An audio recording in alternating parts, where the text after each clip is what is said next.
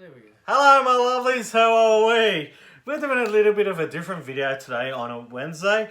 As you know, I have the sea creature, this knife here, and I have Adam here, and he is the owner of Chef Supply Co, and he's gonna like show me how to sharpen a knife. And he came from meat stock in Melbourne, yeah. over the weekend, and while he was at meat stock, he asked if he can come down and show me how to sharpen some of my knives, because I've had the steel for a while, but I've never known how to use the steel properly. So we're going to have a little tutorial, and Adam's also going to tell us a little bit about himself and some of his knives. Yeah, thanks Paulie. So g'day Paulie's lovelies. Adam, Chef Supply Co. And as Paulie said, I've been down in meat stock in Melbourne. Great event, huge turnout, really good weather. Got sunburnt, met a bunch of cool people, ate a bunch of nice barbecue. So pretty pumped to be here with Paulie today and show you guys how to sharpen a knife. So Paulie's got one of these. So this is your diamond coated honing steel. And the reason I use a diamond coated honing steel is because it's just a bit tougher than a normal steel. So when you say honing steel, yeah, what do you mean by honing? I know a normal steel, but honing?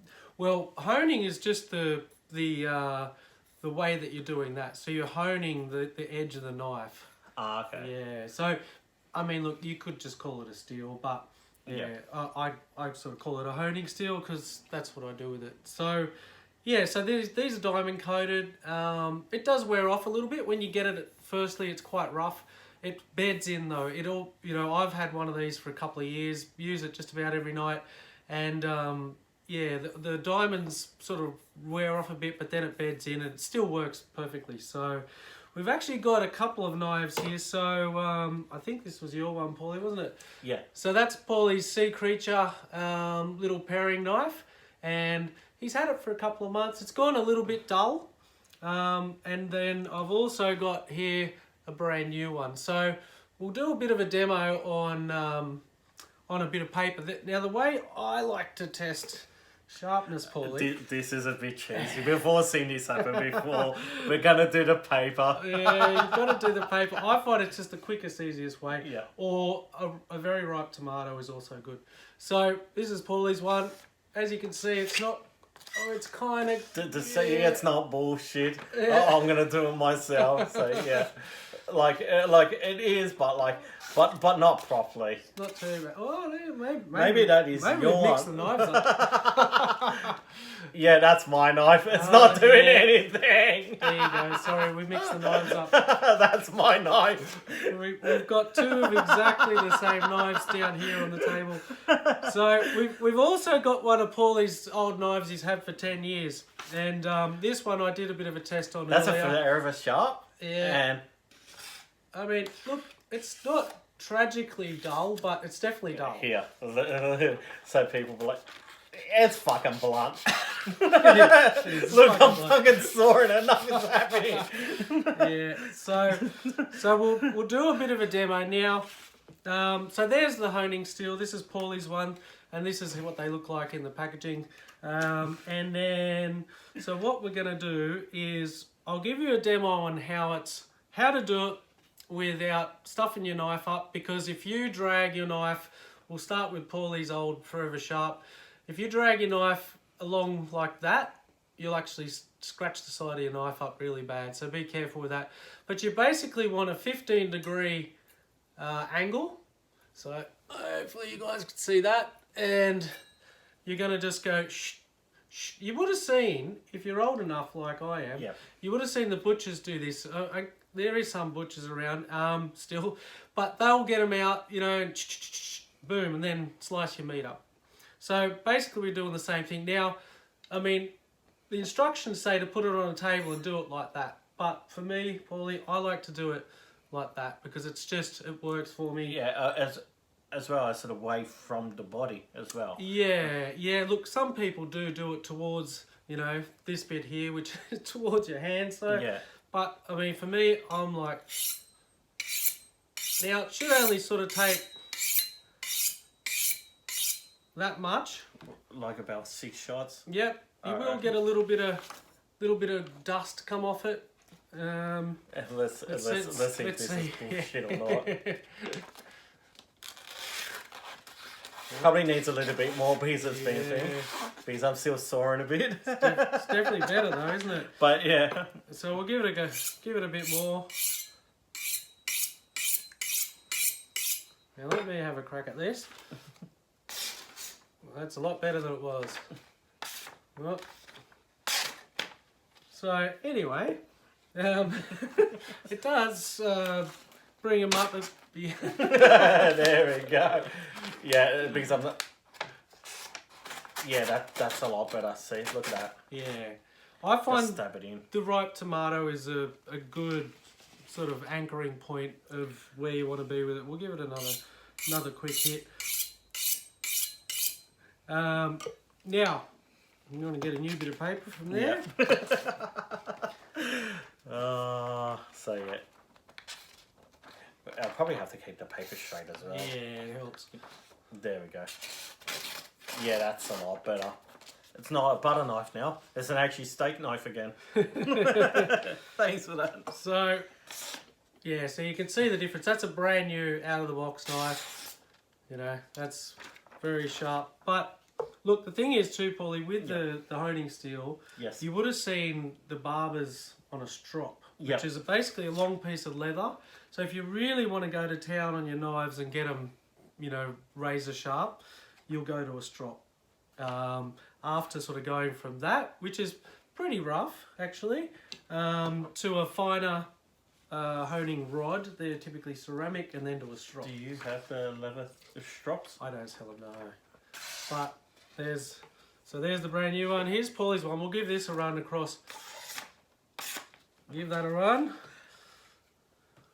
Now I don't want to scratch up Paulie's knife, otherwise I'll have to give him another one. You know what? I'm gonna actually have a crack at doing this. So like, if I'm doing it wrong, oh my god. There we go. So you can see it's actually worked a lot better on this knife than it has on your older knife. So Well, it's had some loving, 10 years of loving. yeah. But you can actually see the difference from your knives and the Forever sharp knives. Look, I'm not disrespecting the Forever. They've been around forever, but there's something about your knives that are absolutely amazing. The quality in that, you can actually see the shine. Look, it's a little bit, you can still see the shine on that, but like it's the diamonds. Obviously it's 10 years old, but the weight to this, it's a heavy knife and it's beautiful. So what I want to do is, because that still needs a little bit more sharpening, so if I'm doing it, so angle is that way or 15 degrees that 15, way. yeah. So basically you want to think about, you know the old matchbooks? yes, With it, then they were kind of like, they were shaped like that if you put them down. So you want to sort of think about a matchbook, and that's the angle that you want to run it down the steel. So I would just go flat with this, go flatter rather than up. So put your steel like that. yeah. Yeah, and then now you can see the angle. So give Do it I a bit go more. like that and go straight like this? You can, And but angle that way or that way? Yeah, that's it. So There we go. Yeah, that's it. I'm just going to do it like that. Takes a bit of getting used to, for sure. And do you turn the knife around? I just go under. Under. So I'm above and then under. Okay. Yeah, So but watch your angle, because now you're going to have to. That's So- it. Yeah. Yeah, but see how your angle's changing as you go up the steel. Okay. Keep it at the same angle. Yeah. Yeah. Angle more like that. okay. So, So- do you want to show me again? Yeah. Yeah. I'll go in slow motion. I was going a bit fast. So basically, I'm like that, and you want to obviously cover the length of the knife as it goes down the steel, and then like that. And that's how you get both sides of the knife. Okay, cool. Yeah, and at the same angle, which is about, I mean, my angle's changing a little bit there. I'm no expert. Not like the butchers, they do it all day, every day. But, and that's basically how it's done. Cool. I'll give it one more crack. So, that angle. Yep, So you start from the end and it will go towards the tip towards the end. that's it. So, am I on the right angle? Yeah, oh no, angle a little bit more that way. That's it, yeah. Hold that angle. Yeah, you just change the angle as you go okay. away. So you got to sort of adjust as you go. No, yeah. You need to keep your hand really steady. It's not easy, yeah. And again up here, so like that angle. Yeah. There we go. Yeah, and you want to alternate. You want to do evens, top, bottom, top, bottom. Oh yeah, that's a lot better now. There you go. So yeah, that's awesome. And Adam's provided me. Oh, it's gone for over 10 minutes. Yeah. Well, we're having some fun here, so yeah, a little bit of a tutorial. As you've seen with some of my other videos, fucking speech impairment, I've showed you. So we have my promo, which is Paulie 15%. Sorry, how do you pronounce it? What is the promo code? Paulie percent 15, something like that. We'll leave it in the description down below. Paulie 10%. Sorry, Paulie 10%. Yeah. And you get 10% off. I always butcher promo codes because I help out so many different companies with different promos and stuff like that. Because I want to help out my lovelies, and you actually put the percent sign in the. Is it a promo box or a voucher box? So yeah, so what you do is when you get to the checkout, there's a little area where you'll put the code in and it'll give you the discount. Cool, just don't forget that percentage sign. Yeah, and like percentage sign. And he's got heaps of other knives. He's got some hidden here. Do you want to show some of the other knives? Yeah, some of our other most popular ones. This is what I call the Bondi Beach. I'm from Sydney. And I'm a surfer, and I really dig this handle because it looks like the beach and reminds me of my happy place. You can see it's Damascus steel, which is very nice. Alright, Damascus steel. Yeah. For people which are amateurs like myself, what does Damascus mean? I like that little thingy there too. Yeah, so Damascus steel, Damascus is a place in the Middle East, I believe, is where they first started making this type of steel. And what they do is they have a core, and then they put layers of steel, they fold it, they weld it, they hammer it, and fold it and weld it, hammer it, and it makes all these layers, and that's what gives you the that really nice cool pattern on the blade there. So that handle, it's not wood. It doesn't. It looks like wood, but it's not. Oh, grab another one out. It's a resin. So this part here, the blue is resin, and this is wood burl. Wood. What is wood burl? Well, wood burl is it's basically a part of the tree. I'm not exactly sure of what forms it, but you'll see them on gum trees, the burls, and they just, rather than just your normal timber pattern, they'll have a really cool, intricate pattern. Yeah, that's really nice, and the feel of it. Yeah, so you've got the Kiritsuki shape there, and this one's a Nakiri. So the Nakiri is used for vegetables. I was gonna say, I think I know that. That's used for vegetables. But through that little dip here, is that for more control?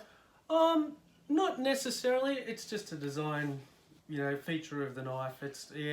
It's probably a little safer with it like that because you're less likely to nick your finger. We do the pinch stuff like that, and I feel like will be with the pinch cutting. That's a lot safer. Yeah, absolutely. With the pinch grip, which is one of my bigger knives like this, one of my favourite ways to hold it. Yeah, just having that. You'll notice on German and French knives, they don't have this. They have like a finger guard here. A finger guard. Yeah, and but all Japanese knives don't have a finger guard. Which is just one of the ways the Japanese do it, as opposed to the Europeans. So yeah. Well, look, we're not going to show you every knife, but the website's there. And what is your website? So go to chefsupplyco.com.au and the whole range is on there. You can check out. We've got all different styles. You've only seen a couple of them here. Obviously, the honing steels and other bits and pieces on there. Alright, my lovelies. It's been a bit of a longer video than what I thought it was going to be. I want to thank you for your time. Thanks for coming over. Thanks for having me, Paulie. For like a little bit of a tutorial, like how to sharpen a knife. And my lovelies, don't forget, I'll write the promo code on the description down below. And trust me, you're going to love these knives as much as I do. Because, like I said, I'm not really using this knife anymore. My favourite go-to knives at the moment. Do you want to open that up? Yeah. Yeah. So they come with the sheath, this particular model. This is a sea creature. That's a Kiritsuki shape. And I have the sea creature here. These are the two knives I use at the moment. And I'm loving them because they're fucking amazing. Excuse me. Well, you know I swear. I'm saying excuse my language because Adam's here.